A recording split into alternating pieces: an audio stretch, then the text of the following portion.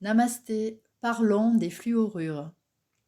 Lors du procès de Nuremberg, le procès des nazis, le fluorure a été abordé. Ils ont d'ailleurs été condamnés pour empoisonnement par des fluorures. Actuellement et depuis un moment, nous pouvons trouver des fluorures dans l'eau de ville, dans le sel alimentaire et dans les dentifrices, sous l'appellation fluor, bon pour la santé. Il ne s'agit que de bienveillance par rapport à la population, évidemment. En fait, le fluor calcifie la glande pinéale. La glande pinéale se situe dans le cerveau. Elle n'est autre que le troisième œil. Alors, une fois calcifié, il est difficile d'y avoir accès, de l'utiliser.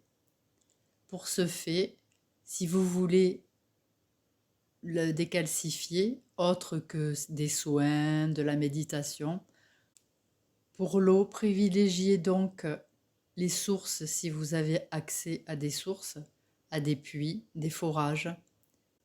Je ne sais pas ce qu'il en est par rapport à l'eau en bouteille. Je ne m'y connais pas non plus en filtration. Pour ce qui est du sel, il existe le sel rose de l'Himalaya. Pour le dentifrice, je vais vous donner une recette, une façon de faire. Personnellement, je fais mon propre dentifrice. Je connais des personnes qui font leur propre dentifrice, pas dans un but spirituel, mais déjà parce que le dentifrice est nocif pour la santé. Il existe même un classement par couleur, les couleurs que vous trouvez au côté opposé au bouchon, au capuchon, qui classe donc les degrés de dangerosité et leur genre de dangerosité.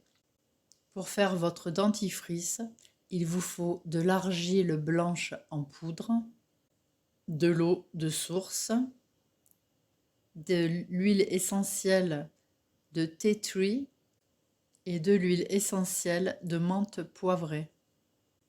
Comme matériel, il vous faut une cuillère en plastique, il vaut mieux éviter le fer, un bol en verre ou en céramique et un ou deux contenants en verre ou en plastique. Personnellement, j'utilise des pots qui contenaient de la nourriture ou autre, vidés et nettoyés évidemment. Pour les quantités d'argile et d'eau, c'est à chacun de voir en incorporant doucement l'eau à l'argile.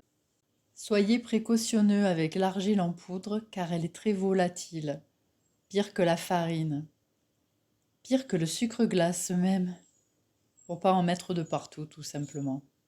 Pour les huiles essentielles, je dirais que pour l'équivalent d'un petit pot de bébé, je mets 6 gouttes d'huile essentielle de chaque.